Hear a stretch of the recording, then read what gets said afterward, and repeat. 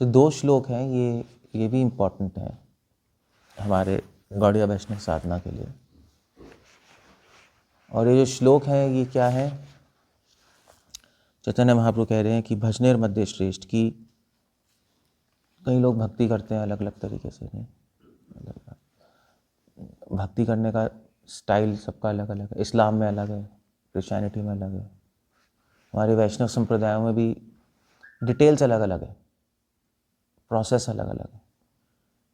मगर और भी तरीके हैं भजन करने के। योग मिश्रित भजन करना, योगी लोग अपने हृदय में मेडिटेट करके फिर भगवान की स्तुति करते हैं। कुछ लोग ध्यान करते हैं भगवान पे, उस तरह सर्विस करते हैं। तो बट महाप्रभु कह रहे हैं इस सारे जो प्रोसेसेस हैं, दुनिया में बहुत सारे प्रोसेस हैं, उसमें से सबसे श्रेष्ठ है नवविधा भक्ति। नवविधा भक्ति मतलब श्रवण कीर्तन विष्णु स्मरणम, श्रवण कीर्तनम विष्णु स्मरणम, फिर पाद सेवनम अर्चनम वंदनम दास्यम साख्यम आत्मा निवेदनम। ये 9 प्रोसेस है, हमें पता है। सो ये 9 तरीके हैं, आप भक्ति कर सकते हो भगवान के, कुछ भी चुन के या कंबाइन करके कर सकते हो, डजेंट मैटर।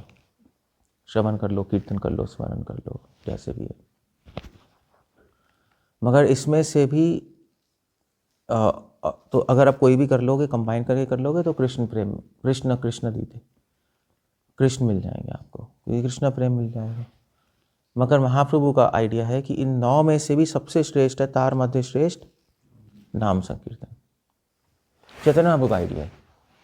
और प्रीवियस आचार्यों ने कहा ठीक है, मध्वाचार्य, रामानुचार्य, उन्होंने कहा नहीं, रामानुचार्य ने कहा ठीक है, डीटी वर्शिप भी इतनी इंपॉर्टेंट है, अर्चनम। और फिर मध्वाचार्य संप्रदाय में भी डीटी वर्शिप इंपॉर्टेंट है, यज्ञ इंपॉर्टेंट है। वल्लभ संप्रदाय में भी डीटीज, हवेलियाँ होती है उनकी, उसमें डीटी वर्शिप होती है स्ट्रांगली। और चैतन्य महाप्रभु एक क्लियरली लेके आए कॉन्सेप्ट कि नाम संकीर्तन सबसे श्रेष्ठ है। इनफैक्ट चैतन्य महाप्रभु खुद ने, चैतन्य महाप्रभु की कोई डीटीज तो थी नहीं पर्सनल, चैंटिंग करते थे, झारखंड जा रहे थे, अपना नाम कीर्तन करते हुए जा रहे हैं। हमारे गौड़िया वैष्णव आचार्य की डीटीज हुई हैं, मगर उसको इतना ज़्यादा उन्होंने इतना उसको सपोर्ट ही रखा है नाम संकीर्तन के लिए, पैरेलल नहीं रखा है। सो तार मध्य श्रेष्ठ नाम संकीर्तन, निरपराध नाम ले ले पाया प्रेम धन। अगर निरपराध होकर हम नाम लेंगे तो हमें प्रेम धन बहुत जल्दी मिल जाएगा। सो ये अब आपका ये आइडिया है, मगर ये कोई नया आइडिया नहीं है अगर देखा जाए तो। क्योंकि अगर आप इस्लाम में जाओगे, इस्लाम में तो पहले डीटी वर्शिप नहीं है, तो मूर्ति पूजा मानते ही नहीं। तो वो क्या करते हैं? वो नाम कीर्तन ही तो कर रहे हैं, अल्लाह के 99 नेम्स नमाज में बोलते हैं, नाम कीर्तन ही है वो एक तरह से। क्रिश्चियनिटी में जाओ, वहाँ पे भी डीटी वर्शिप नहीं है, मतलब अब्राहमिक रिलीजन्स में डीटी वर्शिप है नहीं, और डीटी वर्शिप नहीं है, तो वहाँ पर फिर आप वहाँ पे क्या कर रहे हैं? वहाँ पे भी वो अपना गए थे, कहाँ था, कह रहे थे मूर्ति पूजा कर लेते हैं, भगवान की गुणगान गाते रहते हैं, यही है ना। सो ऐसा कोई नया आइडिया नहीं था अगर देखा जाए तो। कलयुग में नाम संकीर्तन ही धर्म है। मगर नया आइडिया इसलिए लग रहा था क्योंकि और जो लोग हैं इंडिया में तो स्पेशली डीटी वर्शिप है ही, अर्चविग्रह पूजा बहुत स्ट्रांग है, मंदिर हैं कितने सारे हैं। वहाँ बोलने का ठीक है, दैट्स ओके, मगर हम लोग इस पे फोकस नहीं कर रहे। हम लोग फोकस कर रहे हैं नाम कीर्तन पे, हम लोग इस चीज़ पे फोकस कर रहे हैं।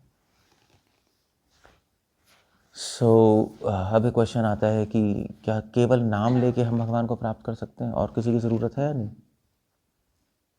चैतन्य महाप्रभु का नहीं, इट्स नॉट नेसेसरी। तो फिर क्वेश्चन आता है कि हम क्यों कर रहे हैं डीटी वर्शिप, हम क्यों मंदिर बना रहे हैं? तो उसका आंसर श्रील प्रभुपाद से पूछा था कि प्रभुपाद आपने बड़े बड़े मंदिर क्यों बना रहे? प्रभुपाद ने क्योंकि वरना लोग कहाँ आएंगे, लोगों को अट्रैक्ट करने के लिए मंदिर बनाया जा रहा है। और डीटी वर्शिप क्यों कर रहे हो आप? वो इसलिए कर रहे हैं क्योंकि हमारा मन नाम में नहीं लग रहा, इसलिए कर रहे हैं हम लोग। 24 घंटे तो नहीं कर सकते ना, 24 घंटे कर सकते हो बैलेंस को, कोई ज़रूरत ही नहीं है। मगर हमारा मन नाम में लग नहीं रहा, इसलिए भाई डीटी वर्शिप भी है, और फिर उसके बाद और क्या है, वंदनम भी है, भजन भी गाते हैं हम लोग, वंदनम भी है, प्रीचिंग प्रोग्राम्स भी हैं। प्रीचिंग तो चलो नाम संकीर्तन में आ गए एक तरह से, बट और चीज़ें हैं ही इसलिए सपोर्ट करने के लिए, क्योंकि अगर हम नहीं करेंगे तो हम 24 घंटे नाम कीर्तन नहीं कर पाएंगे। तभी मैं कह रहा था कि श्री प्रभुपाद ने बोला था कि अपने एंड ऑफ लाइफ में इतनी प्रैक्टिस होनी चाहिए नाम कीर्तन की कि हम लोग 24 घंटे भगवान का नाम ले सकें एक जगह बैठ के। प्रैक्टिस हो गई तो फिर आपकी लाइफ ऑलमोस्ट परफेक्ट है। और भक्ति सारण ठाकुर सब सारे आचार्य यही कर रहे हैं, गौर बाबा जी चैंटिंग कर रहे हैं, भक्ति सारण ठाकुर चैंटिंग कर रहे हैं। गौर बाबा जी के पास एक बार भक्ति सारण ठाकुर गए तो गौर बाबा जी ने कहा कि तुम क्या कर रहे हो, तो उन्होंने कहा कि मैं गौड़िया मठ इस्टेब्लिश कर रहा हूँ कि जिससे लोग आ सकें, और एक मतलब he was trying to arrange a festival Gaudiya Math में, और डीटी वर्शिप इंस्टॉलेशन करने वाले थे। तो गौर बाबा जी ने कहा क्या कर रहे हो, छोड़ो ये सब, आओ और हम लोग चैंटिंग करेंगे 24 घंटे। तो भक्तिनाथ ठाकुर ने कहा कि आप ठीक कह रहे हैं, मगर बाकी लोग 24 घंटे नहीं कर पाएंगे। आपका आइडिया ठीक है कि गुरु ही है, मगर बाकी लोग नहीं कर पाएंगे, उनके लिए मैं ये टेम्पल डीटी वर्शिप और फेस्टिवल रख रहा हूँ। सो गौर बाबा जी बहुत खुश थे, और गौर बाबा जी कहते कि तुम ही नित्यानंद, मतलब नित्यानंद हो, कहते कि तुम साक्षात नित्यानंद हो, क्योंकि तुम और जीवों के बारे में सोच रहे हो। पर्सनली उनको कोई ज़रूरत नहीं थी, पर्सनली तो वो 9 साल चैंटिंग ही कर रहे थे बैठ के, कुछ किया ही नहीं उन्होंने। सो इस तरह से पूरा मतलब अगर आप कंफ्यूज हो जाओगे, अगर आप ये समझोगे कि नहीं ये भी ज़रूरी है, डीटी वर्शिप ये भी ज़रूरी है, वंदनम भी ज़रूरी है, और चैंटिंग सबको पैरेलल रख दोगे तो प्रॉब्लम है। पैरेलल नहीं है। इसका मतलब क्या है, इसका प्रैक्टिकल मतलब क्या है? चलो आपने लेक्चर सुन लिया, इसका प्रैक्टिकल मतलब क्या है? आपने सुन लिया, अब क्या करोगे सुन के, ये बताओ क्या करोगे?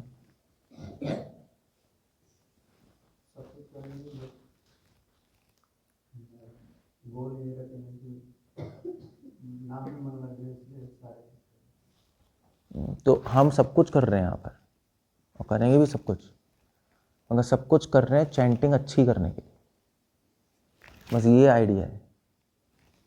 अगर आप सब कुछ कर रहे हो, चैंटिंग खराब हो गई तो आपका पर्पस लॉस्ट हो गया। और होता ऐसे ही है एक्चुअली, होता ऐसे ही इंस्टीट्यूशंस में और सब जगह ऐसे ही होता है, सारी चीज़ें चलते हैं, चैंटिंग सही से नहीं होती।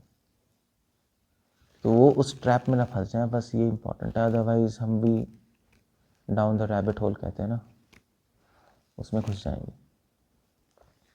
तो एटलीस्ट 16 राउंड्स हम सही से कर लें, उसके लिए कोई प्रॉब्लम नहीं है। टाइम मतलब you can just balance it out, otherwise हम आगे बढ़ नहीं पाएंगे, कृष्ण प्रेम प्राप्त नहीं कर पाएंगे। ये इम्प्लीकेशन है इन दोनों श्लोकों की, ये प्रैक्टिकल मतलब है इसका। तो ऐसे भी ना हम करें सारी चीज़ें कि चैंटिंग खराब हो जाए, ऐसे भी ना करें। तो इस तरह हमें करना चाहिए कि चैंटिंग अच्छी हो। जैसे एग्जांपल होता है ना कि ये लेके आते हैं, क्या कहते हैं, जैसे भी आप शादी करके नए शादी करके आए, तो आप घर में सब कुछ करोगे कि जिससे वाइफ खुश रहे, यही है ना। आपका फोकस ये होगा कि वो खुश रहे, वाइफ का फोकस होगा कि हस्बैंड खुश रहे, वो ऐसे सब कुछ करेगी, एक्शन ऐसे ही होंगे, बात ऐसी होगी कि भी हम दोनों खुश रहे और गृहस्थी चलती रहे। उसी प्रकार यही है, बस हम सब कुछ कर रहे हैं कि हमारी चैंटिंग अच्छी हो सके, बस आइडिया ही। ओके, कुछ पूछना, कुछ कहना? सब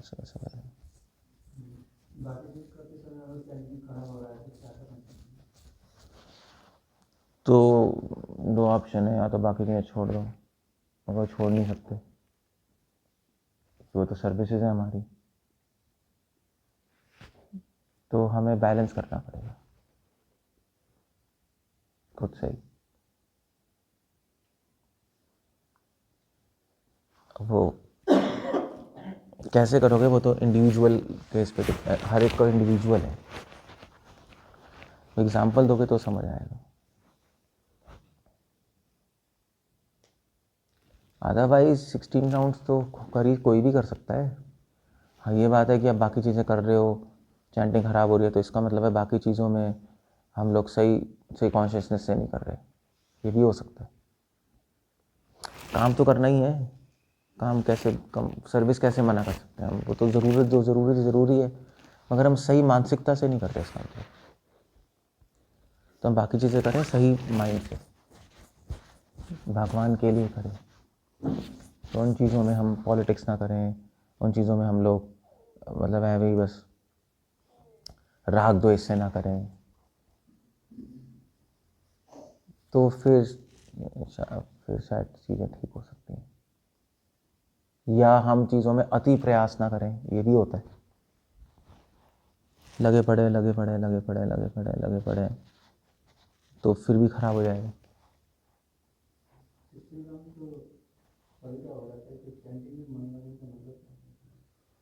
इसमें बिना मन के होता है ना, भाग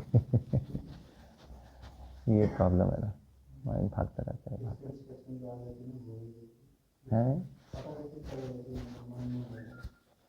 पता नहीं चला, वो तो पता ही लग जाएगा मन नहीं लग रहा।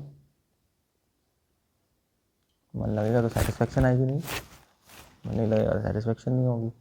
मन नहीं लगेगा, चैंटिंग कर रहे हैं मन नहीं लग रहा, तो अनर्थ आने लगेंगे लाइफ में। ये है ना, वीड्स उगने लगेंगे, माइंड उल्टा फुल्टा होने लगेगा, तो सही से नहीं हो रहा बस। तो क्वालिटी क्वांटिटी, टाइम है तो क्वांटिटी कर लो, टाइम होता नहीं, 1000 चीज़ें हैं, तो क्वालिटी एटलीस्ट ठीक होनी चाहिए। चैंटिंग है तो चैंटिंग है, उस वक्त कुछ मत करो। ये नहीं उस वक्त 10 चीज़ें चलती जा रही हैं, ये भी करना है, वो भी करना है, वो भी करना है, वो सब बेकार की चीज़ें हैं। वो चीज़ कर लें, बाकी चीज़ें बंद करके, तो बाकी चीज़ें करें तो बाकी चीज़ें कर लें। खुद ही बैलेंस करना पड़ेगा आपको अपनी लाइफ को ठीक से। बैलेंस चाहिए, हटाना नहीं होती चीज़ें, बैलेंस चाहिए होता है। बैलेंस करते हैं तो चीज़ें ठीक हो जाती हैं। ओके, ठीक है, हो गया।